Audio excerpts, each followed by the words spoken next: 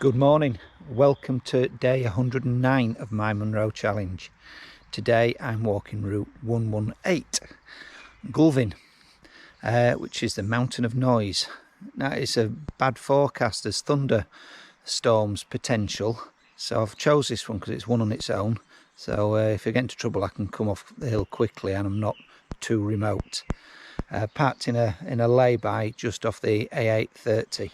So we start by crossing this little bridge. There's the A830 there. Little bridge here to cross.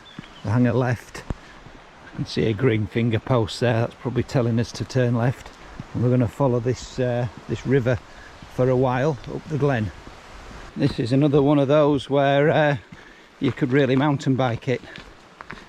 A bit of a long drag earlier on.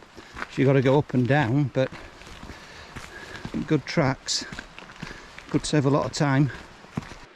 So I believe that's my first view of the mountain, which is wrapped in cloud. Very little wind today. I'm not sure the cloud will blow away. Well, there you go. I can see a footpath scarred in the grassy hillside, meandering, wiggling its way up the side. Now we're at the underside of that hill. It does look rather steep. I can see two people ahead on the path, quite a way up, probably halfway up, going around that zigzag. There he is, looking down at me again. This is steep. Just looking back down the glen.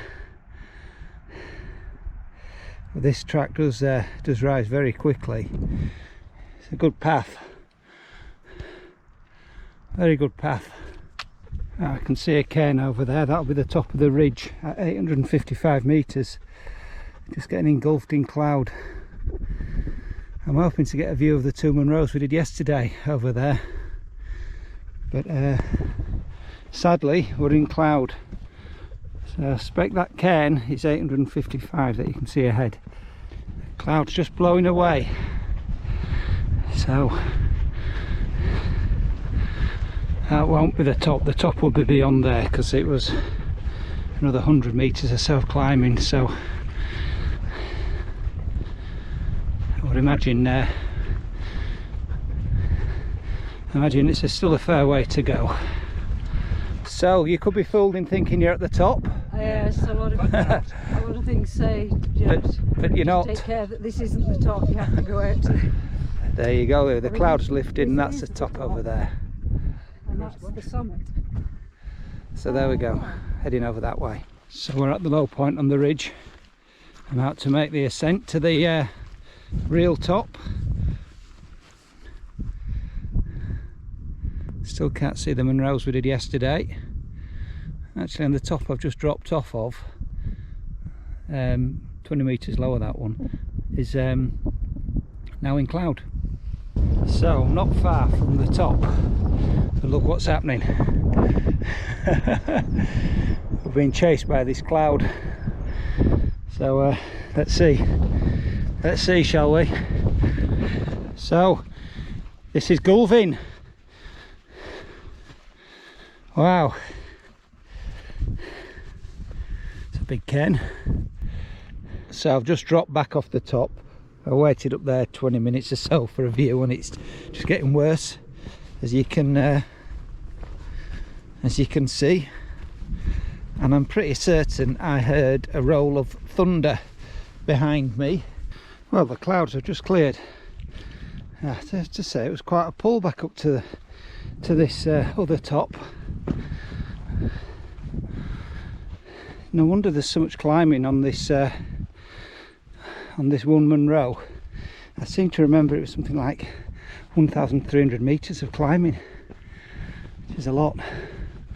It's quite a special sight watching the cloud coming in.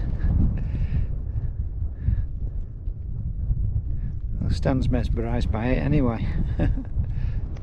Wow, the clouds just lift and I've got a view of the drop And do you know what? I've been descending for ages, and look, we've still got miles to go. You can see right the way back. So we're on the track again, probably somewhere between an hour and a half, I reckon, back to the car.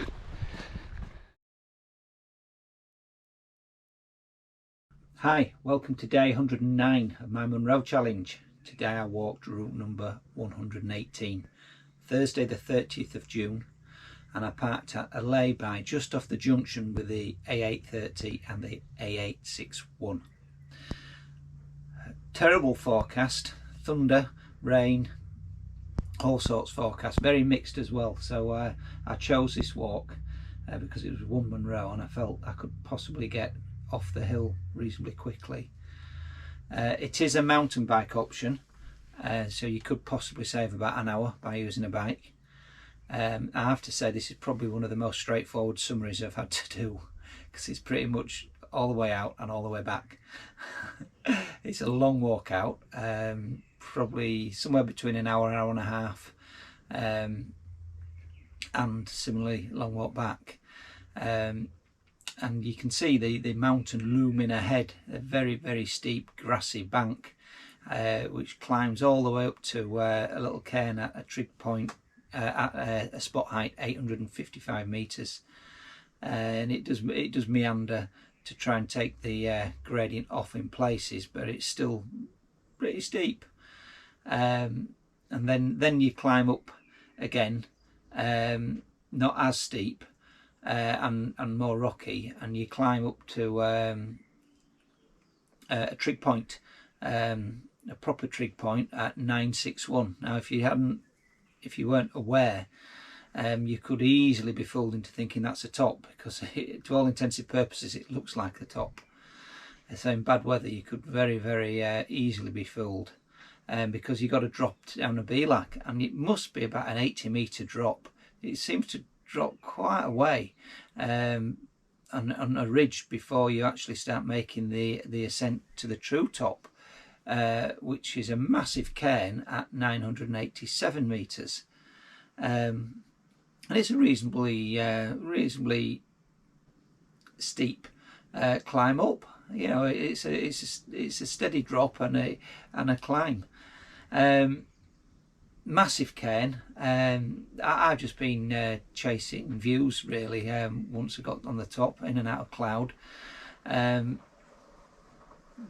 It is quite a challenging day really, for one Munros. I mean, it took me 7 hours 15 minutes, and it's 14.5 miles. But there's a massive 4,051 feet of climbing, and that's because of the various undulations on the top, let's say. So for one Munros, it is quite a tough day. Great day though.